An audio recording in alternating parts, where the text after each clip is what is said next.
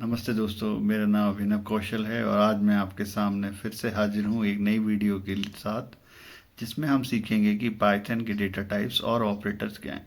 आपने पाइथन के बारे में सीख लिया, पाइथन के यूजेस सीख लिए, पर कभी कभार प्रोग्राम्स बनाते समय हमें उसके डेटा टाइप्स और ऑपरेटर्स को भी समझने की बहुत ज़रूरत पड़ती है। क्योंकि अगर आपको ये सब चीज़ें समझ में नहीं आएंगी तो आप सिर्फ प्रोग्राम को रट सकते हैं, समझ नहीं पाएंगे। और अगर आप समझ नहीं पाएंगे तो नए प्रोग्राम्स को बनाएंगे कैसे। इसके लिए आपको इसके ऑपरेटर्स और डेटा टाइप्स को अच्छे से समझना पड़ेगा। कोशिश करूंगा आपको ऑपरेटर्स और डेटा टाइप्स अच्छे से समझा सकूं, जिससे कि आप आने वाले प्रोग्राम्स में उनको यूज़ कर सकें। Thank you. आज हम अपने चैनल CSAI हब हिंदी पे एक नई वीडियो लेकर आए हैं, जिसमें हम सीखेंगे पाइथन डेटा टाइप्स और ऑपरेटर्स। ये टॉपिक बिगिनर्स के लिए, 9th 10th 11th 12th students के लिए इम्पोर्टेंट है, जो कि पाइथन के बारे में सीखना चाहते हैं। तो सबसे पहला है हमारा टॉपिक, डेटा टाइप्स क्या होता है। What is data types? हर एक वैल्यू का एक टाइप होता है। यह पाइथन को बताता है कि डेटा कैसे स्टोर और हैंडल करना है। दैट मीन्स पाइथन में जब भी हम किसी डेटा को स्टोर करते हैं तो उसका एक टाइप होता है, जिससे कि उसको स्टोर और हैंडल करने में आसानी होती है। डेफिनेशन क्या है? हर वेरिएबल का एक टाइप होता है, जैसे नंबर है, टेक्स्ट है, ट्रू फॉल्स है। पाइथन की मेमोरी मैनेज करने और ऑपरेशन सही से परफॉर्म करने में मदद मिलती है। इसकी डेटा टाइप्स अगर हमें मालूम हो तो उससे हमें पाइथन की मेमोरी को मैनेज करने में और ऑपरेशंस को परफॉर्म करने में हेल्प मिलती है। अगर हम रियल लाइफ एग्जांपल्स की बात करें तो जैसे अलग अलग बॉक्सेस में अलग अलग चीजें रखते हैं, नंबर्स, नेम और आंसर्स, उसी तरीके से हम डेटा टाइप्स को रखते हैं। पाइथन के अंदर मेनली जो डेटा टाइप्स हैं वो 4 कैटेगरीज में बनाए गए हैं: इंटीजर, स्ट्रिंग, डेसिमल, बुलियन। ये जो आपके डेटा टाइप्स हैं ये बताते हैं कि आप इसके अंदर इंटीजर वैल्यू रख सकते हैं, जैसे कि एज 18 है। स्ट्रिंग स्ट्रिंग के अंदर आपने नेम रखा अभिनव, कोई भी नेम रख सकते हो। इसके अलावा डेसिमल, जिसमें फ्रैक्शनल वैल्यू जो कि फ्लोट वैल्यू हम रखते हैं, जैसे 99.5। बुलियन, जिसमें आंसर हमेशा ट्रू और फॉल्स में आता है। तो ये आपके मेन डेटा टाइप्स हैं। इसके अलावा अगर हम देखें तो पाइथन की जो डेटा टाइप्स हैं उसमें आप देखें तो नंबर्स होता है। नंबर्स को 3 अलग-अलग कैटेगरीज में कैटेगराइज किया गया है। इंटीजर, जिसमें कि कंप्लीट नंबर आता है। फ्लोट, जिसमें 35.75 आता है। कॉम्प्लेक्स नंबर, जिसमें इमेजिनरीज वैल्यूज वगैरह यूज करी जाती हैं, जैसे 1+3j। इसके अलावा बुलियन, जिसमें आंसर हमेशा ट्रू और फॉल्स में आता है। वेदर इज अ मेल और फीमेल, इस तरीके से जो आंसर होते हैं, यस और नो, ट्रू और फॉल्स। इसके अलावा नेक्स्ट होता है आपका सेट। सेट के अंदर कर्ली ब्रेसेस के अंदर वैल्यू स्टोर करी जाती हैं, जैसे 2, 4, 6, 8 एंड सो ऑन। नेक्स्ट होता है आपका डिक्शनरी। डिक्शनरी मैपिंग के लिए यूज करी जाती है। पाइथन के अंदर डिक्शनरीज जो होती हैं वो की और वैल्यू के पेयर से चलती है। अगर हम यहाँ पे ध्यान से देखें तो ये आपका एक पेयर है। इसमें पहली वैल्यू जो होती है उसे की बोलते हैं, दूसरी जो एलिमेंट होता है उसे हम वैल्यू बोलते हैं। तो इन दोनों का ये पेयर है, 1 ए, 2 बी। ये एक इनका पेयर है और इनको कर्ली ब्रेसेस में रखते हैं। नेक्स्ट होता है आपका सीक्वेंस। अब जो सीक्वेंस है उसको फिर कैटेगराइज करा गया है 3 अलग-अलग कैटेगरीज में। पहली कैटेगरीज है आपकी स्ट्रिंग। अब स्ट्रिंग में कोई भी तरीके का नाम हो सकता है, जैसे कि मैंने आपको पहले बताया था, आप अपना नाम ले सकते हो, स्कूल का नाम ले सकते हो, किसी जगह का नाम लगा सकते हो। Next is list. लिस्ट में जैसे आपने वैल्यू स्टोर करी थी सेट में, सेम उसी तरीके से वैल्यू स्टोर होती है, बट डिफरेंस ये है कि इसमें स्क्वायर ब्रैकेट्स के अंदर स्टोर होती हैं और इसमें हेट्रोजीनियस वैल्यूज स्टोर करी जा सकते हैं। हेट्रोजीनियस का मतलब है अलग अलग डेटा टाइप की वैल्यू। जैसे आप पहला एलिमेंट देखो तो इंटीजर है, दूसरा एलिमेंट स्ट्रिंग है, तीसरा एलिमेंट फ्लोट है। तो ये मिक्स एलिमेंट को अपने अंदर, मिक्स टाइप के डेटा टाइप के एलिमेंट को अपने अंदर स्टोर करने की कैपेबिलिटी रखते हैं। सेम उसी तरीके से टपल होता है। टपल में अगर हम देखें तो सेम है, इंटीजर भी है, फ्लोट भी है और स्ट्रिंग भी है।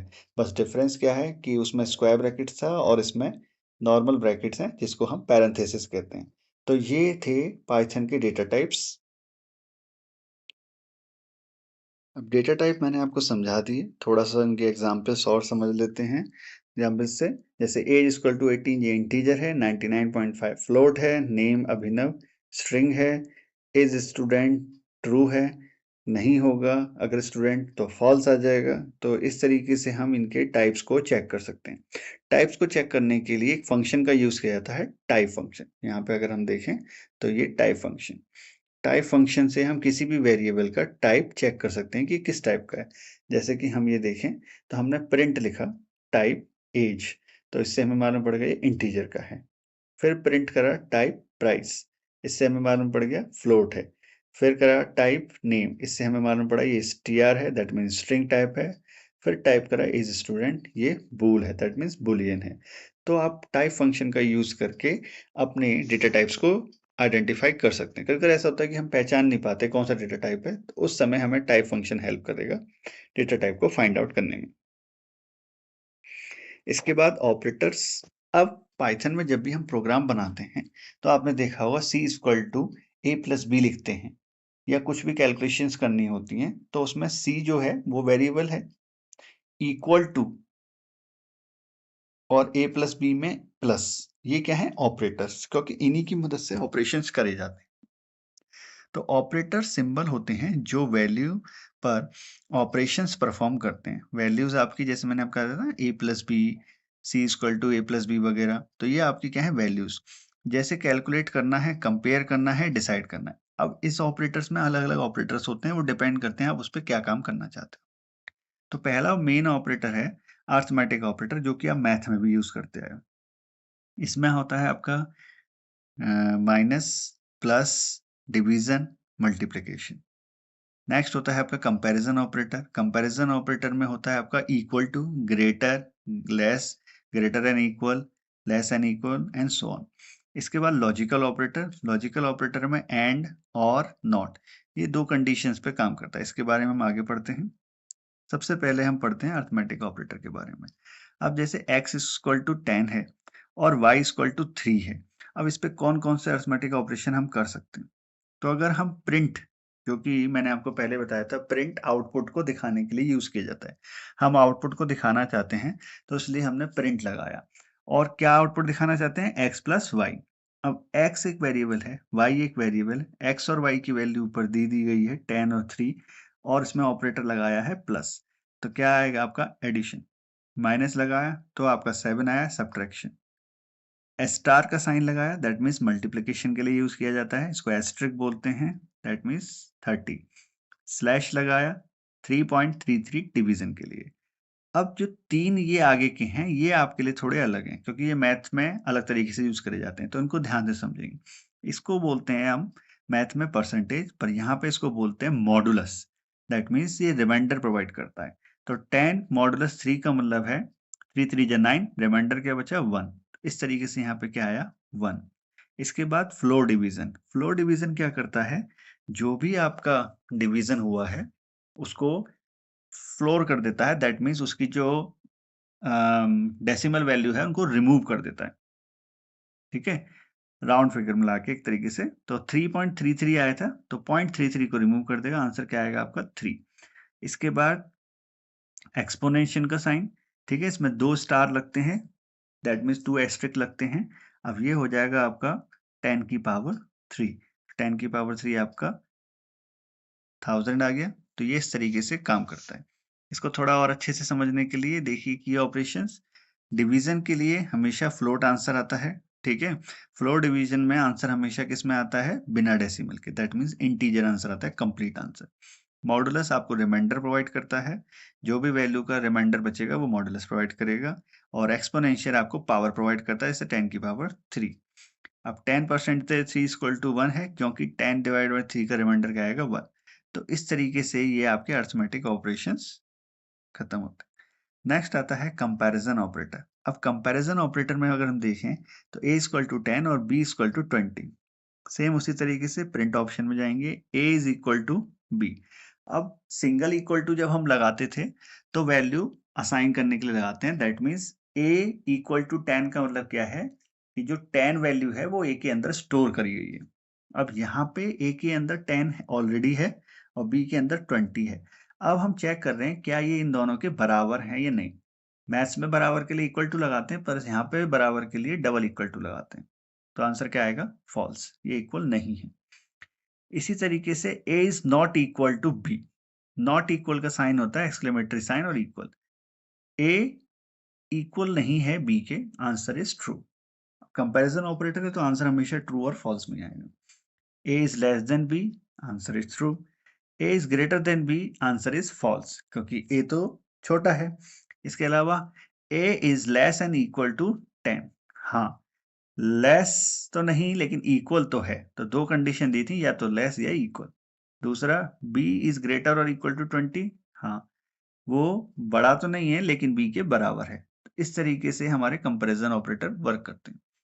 इसको थोड़ा सा और देखेंगे, हर ऑपरेटर का अलग अलग मतलब है। जैसे ये इक्वल के लिए यूज किया जाता है, इसका काम क्या है, दोनों डिफरेंट हैं। और इसका काम क्या है, कौन सा बड़ा है कौन सा छोटा, ग्रेटर और लेस के लिए लगाया जाता है। और ये दो कंडीशन के लिए होता है कि लेस और इक्वल और greater and equal. Comparison operation का हमेशा आंसर ट्रू और फॉल्स में आता है, जैसे कि मैंने अभी को पहले बताया था। नेक्स्ट आता है आपका लॉजिकल ऑपरेटर। इसको थोड़ा सा ध्यान से समझेंगे। लॉजिकल ऑपरेटर्स में आपके एंड और नॉट, ये तीन काम करते हैं। अब जैसे दोनों शर्तें सही होंगी तो आपको यहाँ पे आंसर मिलेगा, और में क्या होगा, कम से कम एक शर्त के सही होने पे भी आंसर मिल जाएगा। और नॉट का मतलब है कि जो भी आपको आंसर आएगा ये उसका उल्टा कर देगा। जैसे age is greater than 18 and has ID equal to true. अब ये दोनों चीजें सही होनी चाहिए तो आपको एक रिजल्ट मिलेगा।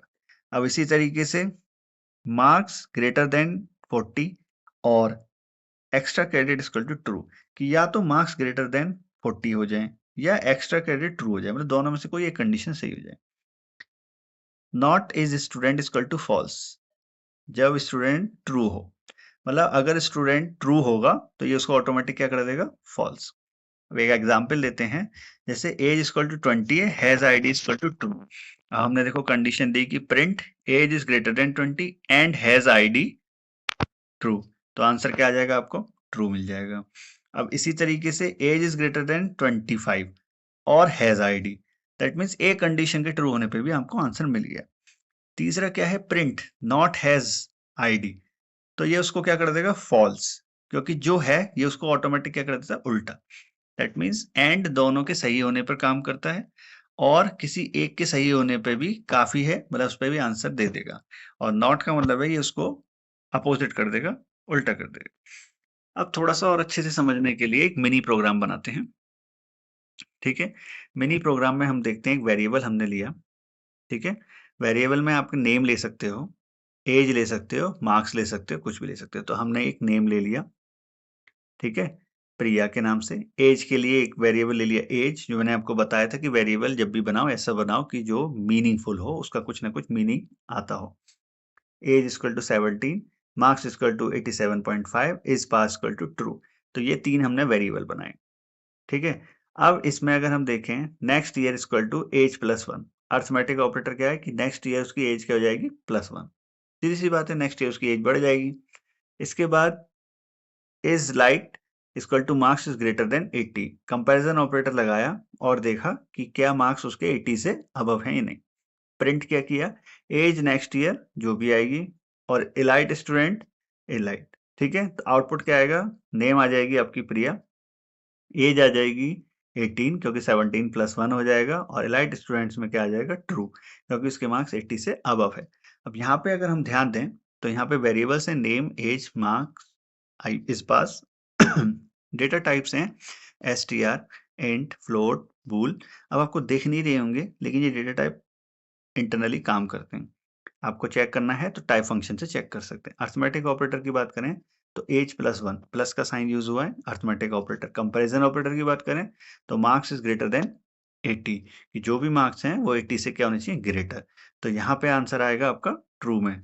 तो इस तरीके से कंपैरिजन ऑपरेटर का यूज हुआ है।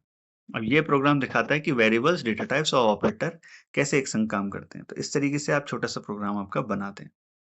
तो आज हमने सीखा डेटा टाइप्स, जिसमें इंट, फ्लोट, str, बूलियन और टपल्स और आपका लिस्ट, डिक्शनरी, सेट, ये मैंने आपको समझाया था। इसके बाद अर्थमेटिक ऑपरेटर्स, डिफरेंट कैलकुलेशंस के, कंपैरिजन ऑपरेटर और लॉजिकल ऑपरेटर का हमने यूज किया। अब जैसे एक एक्चुअल है, प्रैक्टिस क्वेश्चन मैं आपको देता हूँ। प्रैक्टिस क्वेश्चन में 15 फ्लोर डिवीजन 4 अब इसका आउटपुट क्या होगा ये मुझे कमेंट करके बताइएगा। और स्ट्रिंग 10 इज इक्वल टू 10, क्या ये ट्रू है या फॉल्स है, इसका आंसर मुझे बताइएगा। और नॉट ब्रैकेट में 5 इज ग्रेटर देन 3 का रिजल्ट क्या आएगा। अब ये आंसर मुझे आप कमेंट करके बताइएगा ताकि मुझे समझ में आए आपको कुछ चीज़ समझ में आई है और मेरा पढ़ाना आपके लिए फ़ायदेमंद है। अगर आपको ये वीडियो जो भी मैंने समझाया है वो सब समझ में आया हो तो प्लीज़ सब्सक्राइब करिएगा, शेयर करिएगा, ज़्यादा से ज़्यादा लोगों को पहुँचाइएगा जिनसे उनको हेल्प मिले ताकि हम आगे और अच्छी वीडियो बना सकें। और नेक्स्ट वीडियो में मैं आपको पाइथन के फंक्शंस वगैरह, इनपुट आउटपुट वगैरह इन फंक्शंस को समझाऊँगा। इनसे रिलेटेड क्वेश्चंस वगैरह करवाऊँगा जिससे कि आपकी प्रैक्टिस और अच्छी हो सके। Thank you.